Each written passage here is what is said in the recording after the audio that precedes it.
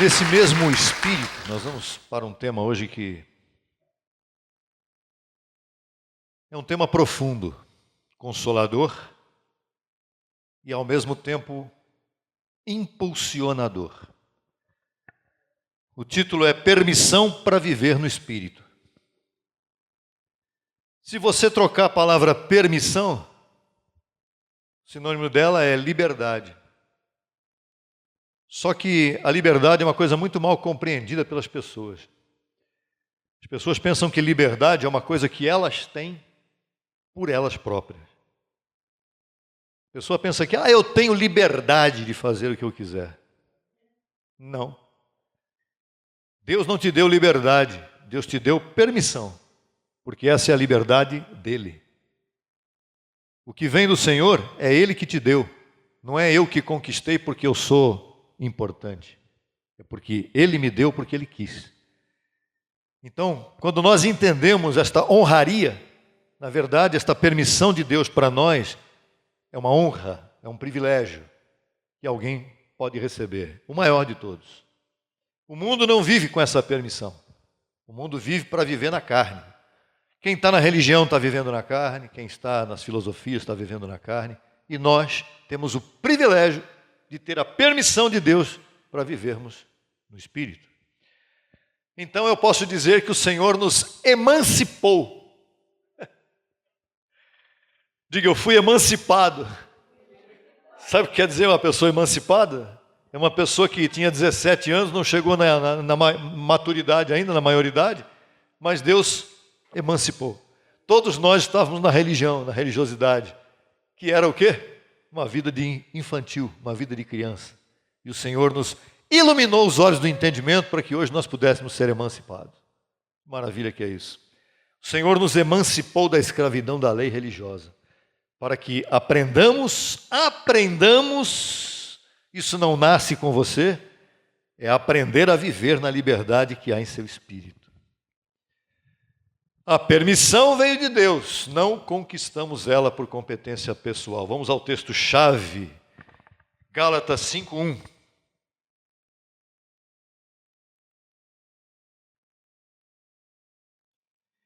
Estai, pois, firmes na permissão ou na liberdade com que Cristo vos libertou. Tem gente que pega essa liberdade e não fica firme nela, fica oscilando na liberdade e não adianta nada. Estai, pois, firmes na liberdade com que Cristo vos libertou e não estejais outra vez sujeitos ao jugo de escravidão. Deixar a graça, deixar o curso superior para voltar para o primário, não dá. Este texto de Paulo foi para os Gálatas e para muitos que estão aqui hoje, não a nós, graças a Deus, mas muitos que estiveram por aqui, que haviam sido libertos da lei de Moisés pela pregação do Evangelho de Cristo ressuscitado. Saiu do curso superior, do curso básico, né? Alguns chegaram até no curso médio, né? Mas aí Deus emancipou, o Senhor emancipou e falou, olha, eu vou te ensinar uma coisa que você nunca ouviu, o Evangelho da Graça. Depois ele começou a ouvir e disse, não me interessa, eu vou ficar com o beabá de novo, não dá. Né? Os Gálatas tinham ouvido a pregação de Paulo e de repente voltaram para a escravidão religiosa. Muito mais do que um simples livre-arbítrio. A decisão de receber o Evangelho, ninguém recebeu este Evangelho porque buscou. Nós recebemos este Evangelho porque nos foi outorgado. Essa foi uma permissão gloriosa para que nos afastemos da mentira de nossa vida carnal. Não, o Evangelho não veio para nos livrar somente da lei religiosa, mas nos livrar da vida carnal. Para nos tirar o interesse das coisas da carne. Porque as coisas da carne não servem para nada. A carne é escravizante em suas paixões. Entenda como paixão tudo que você possa imaginar. Hoje, nós fomos chamados a viver como novas, o quê? Criaturas. A carne da qual nós ainda participamos, conforme diz o texto que nós vamos ver agora, é algo velho que está próximo de desaparecer. Que bom, né? Eu ouvi isso, que bom, e é verdade. 2 Coríntios 5,17. De modo que se alguém está em Cristo, é nova criatura. As coisas velhas passaram, eis aqui todas são feitas novas. O que é uma coisa velha? A gente já vai lá para a lei, dizer a lei de Moisés. Não é não, a nossa carne é uma coisa velha, que está passando. Considere sua vida em carne como algo velho, ultrapassado, prestes a desaparecer. Diante deste conceito espiritual, analisemos os seguintes textos que vêm por aí agora, os dois em Coríntios. Primeira aos Coríntios 6,12. Olha o que vem aí. Tudo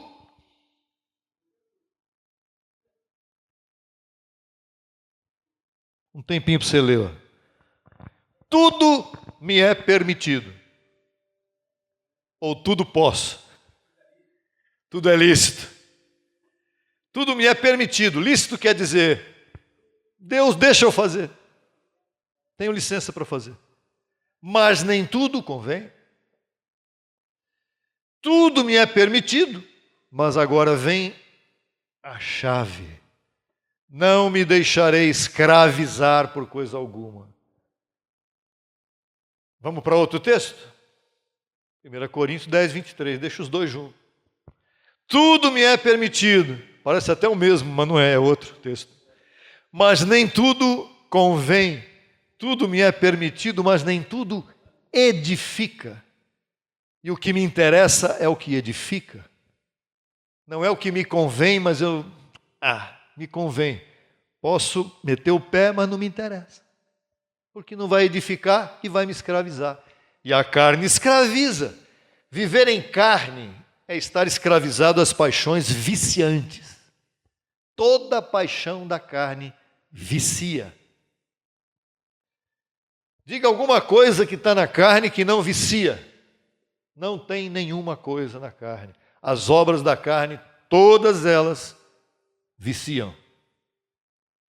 Porque é natureza, é natural da carne. Ela não faz força para viciar. Se eu estou comendo, eu quero comer mais até onde der. Eu não sei parar. Dando apenas um exemplo. Tudo que você possa imaginar, aí para frente. A idolatria religiosa, aí também é tremendo, com seus ritos tradicionais, são viciantes. Por que as pessoas em pleno domingo estão enfiadas em religião dentro de igrejas, chamadas igrejas entre aspas? Estão lá. Aqui perto está cheio, em qualquer lugar, é domingo. Para outros não, é o sábado. Mas para a maioria do sistema religioso baseado no cristianismo, qual é o dia do Senhor? O domingo. Mas por quê? Porque que é importante. Não, é vício. É um vício religioso, uma tradição religiosa. O que é um batismo em água? É um vício que tem que ter na religião. O que é uma santa ceia, ou ceia do Senhor, ou seja lá o que for? É estar enfiado dentro de um vício, dentro de uma religião. Obras carnais como inimizade. O que é uma inimizade? É um vício da carne. Contenda. Tem gente que adora brigar. Tem gente que se tem um governo, seja ele qual for, eu sou contra, não interessa o que é. Ira. O que é ira? É um vício. A carne gosta de ira, de se irar. É mais fácil se irar do que perdoar, do que deixar para lá. Ciúme, vício. Gálatas 5,19, está tudo lá. Estou dando alguns exemplos. Até a inveja é um vício. Por que Paulo procurou ensinar o respeito à liberdade exatamente para os coríntios? Perguntinha boa. Por que a carta de Paulo aos Coríntios, especialmente a primeira carta, está cheia disso? Porque os coríntios se tornaram exemplos históricos de mau uso da liberdade. Os coríntios, eles foram viciados em viver em libertinagem. Não foi por Paulo que fez isso. É porque era uma característica daquela congregação. Número 1, os coríntios eram crianças. Crianças na fé. Está lá os textos. 1 Coríntios 1, 11 a 13. As provas, né? A evidência do que nós estamos falando aqui. E 3, 4 e 5. Paulo disse, eu não posso falar a vocês como espirituais, porque vocês são carnais. Porque vocês são crianças em Cristo. Não dá para falar coisa séria com criança. Ponto 2, eram carnais, a mesma coisa. 3:1, 1 Coríntios 3:1. Eram divisionistas. Gostavam de uma... Eu sou de Paulo. Eu sou de Apolo, eu sou de Pedro. Não, eu prefiro o pastor tal. Eu prefiro o cara que está na internet, que é o tal. Eram divisionistas. E a graça quantas é? Uma só. E eram briguentos também, 1 Coríntios 6:1. Gostavam de briga. Aqui nesse texto, o contexto diz que eles levavam as pessoas para o tribunal, assim, da própria igreja, com uma facilidade incrível. Iam discutir coisas pequenas, como roubar um bicho de alguém, leva para o tribunal para ele pagar lá. Abusavam dos dons, 1 Coríntios 12. Você se lembra que Paulo teve que dizer que o dom de línguas, aquele dom de línguas que os coríntios tanto falavam, era o quê? Um vício. Era uma obra da carne. E eram também fornicários, 1 Coríntios 5:1. Eles davam risada quando alguém fornicava dentro da igreja, eles gostavam daquilo. E havia muito mais carnalidade entre os coríntios, mas vamos deixar isso aí só por aí. O apóstolo Paulo deixou a eles o seguinte lembrete. 1 Coríntios 3:16. Agora vem algo muito forte. Coríntios, e nós, e todos que vivem nos dias de hoje, isso aqui serve para todo mundo, não sabeis que sois templo de Deus e que o Espírito de Deus mora em vós? Aí quando fala isso para alguém carnal, você fala, será que ele vai acordar e entender? Veja, aqui está no plural e ao mesmo tempo singular. Ó. Plural, sois templos. Não. Todos nós somos um templo. Não é eu um templo andando por aí fazendo o que eu quiser. É todos nós fazendo o mesmo, crendo no mesmo, sentindo o mesmo, falando o mesmo. Nós somos o templo de Deus. E esse templo de Deus está em todos nós, falando espiritualmente. E aí vem o 17, aí é forte. Se alguém destruir o templo de Deus, Deus o destruirá. Porque o templo de Deus, o qual sois vós, é santo.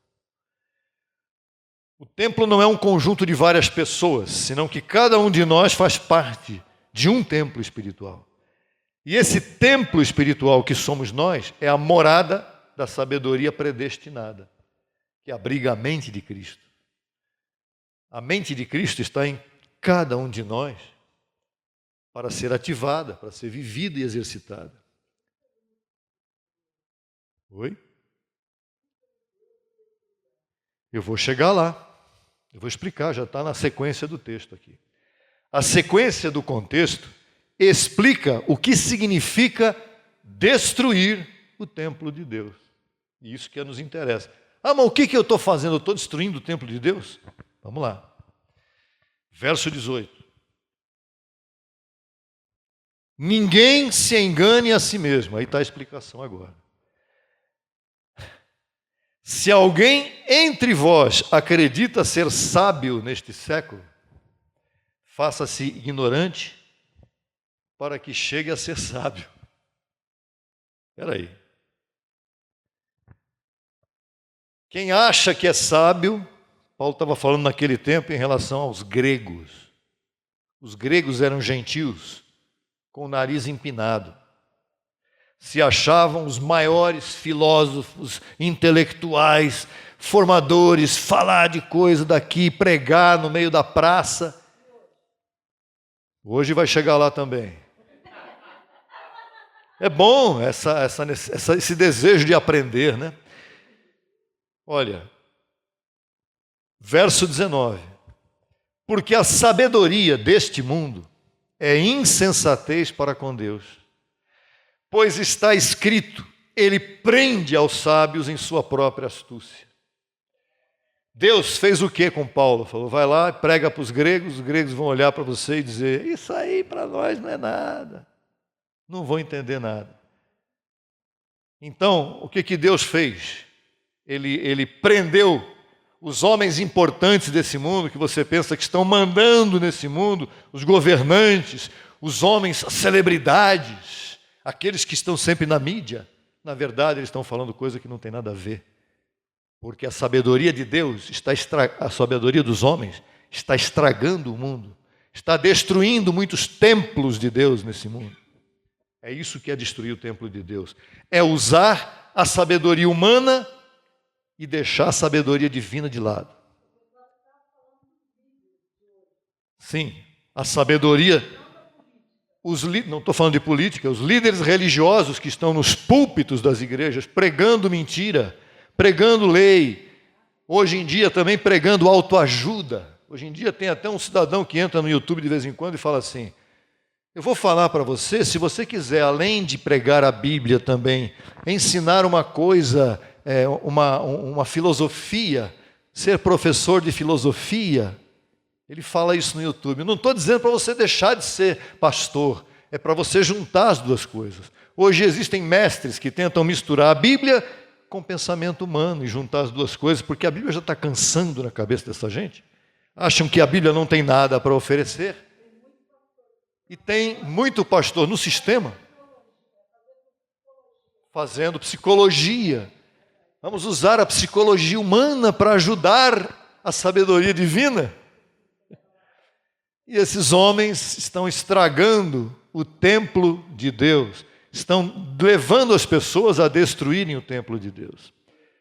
E o verso 20 diz, outra vez o Senhor conhece os pensamentos dos sábios, que são vãos. O Senhor conhece os pensamentos dessa gente, são pensamentos vãos, são pensamentos que destroem a sabedoria, o templo de Deus.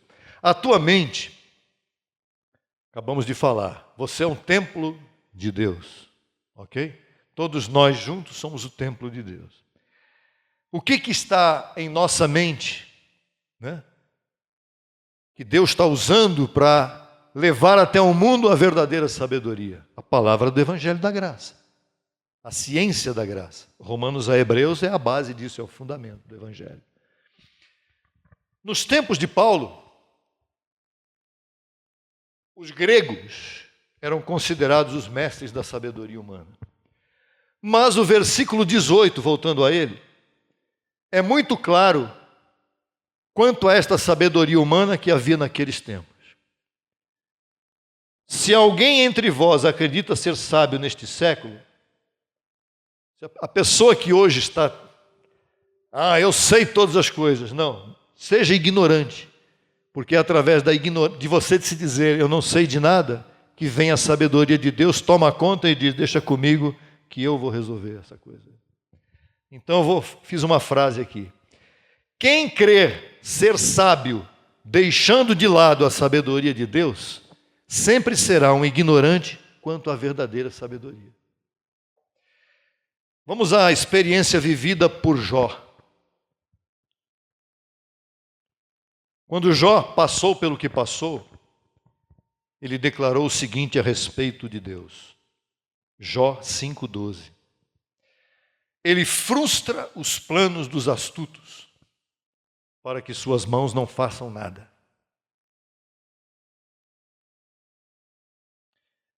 Você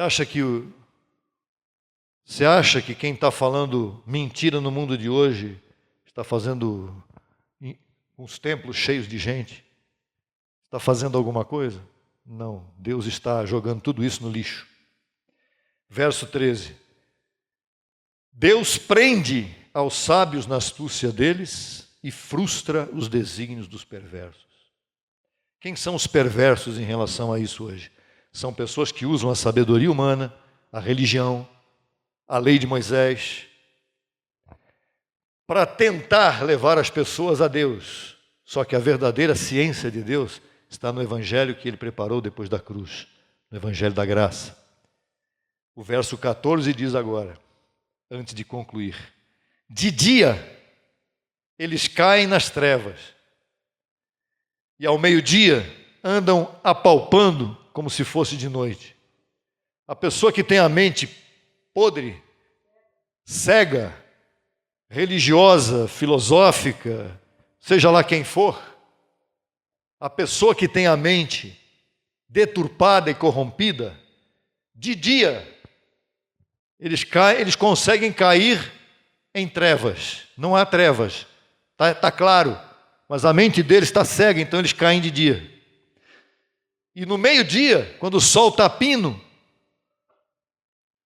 eles têm que ir apalpando, está falando espiritualmente, a mente está cega, eles ficam apalpando porque não sabem o que estão fazendo. Está claro, mas eles não enxergam. Conclusão: a inteligência e o raciocínio humano podem levar a um orgulho que cega. Teologia, estudo da Bíblia. Eu fiz isso.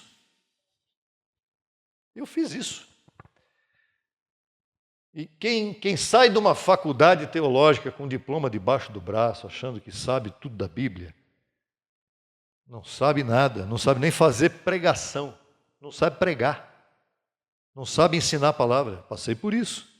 Então, a pessoa pensa que ela vai levar agora o povo a que maravilha de pregação. Orgulho que cega, sua própria maquinação se torna em prejuízo para si mesmos, pois algema os espertos em sua própria astúcia. Sem a sabedoria contida no Evangelho da graça de Deus, do Cristo que ressuscitou após a cruz, e está vivo para sempre, esta é a sabedoria que nos interessa. Esta é a palavra que nos interessa, a palavra do Cristo que está vivo para sempre. Será que ele vai voltar para morrer de novo? Não! Nós é que vamos sair dessa morte que nós estamos vivendo de carne viciante para sermos ressuscitados para sempre. Isso vai acontecer. Ele não vai voltar para morrer porque ele já fez isso. Então, sem essa sabedoria não há vida espiritual. Não há espiritualidade em filosofia humana. Não há espiritualidade na religião, ainda que siga Jesus de Nazaré. Porque Jesus de Nazaré, o Filho do Homem, ele já morreu e já ressuscitou, para que hoje estejamos com o Cristo que ressuscitou. Não há vida espiritual, não há reinado sólido, só se pode reinar na graça. Não há amor verdadeiro, não há gozo, não há paz verdadeira fora do Evangelho da graça. Você tem hoje a permissão, abençoado, para viver no Espírito. É uma permissão que Deus te deu, use bem. Use bem essa permissão, para que você possa então desfrutar do melhor desta terra. Assim é? Vivamos isso. Graças a Deus por isso.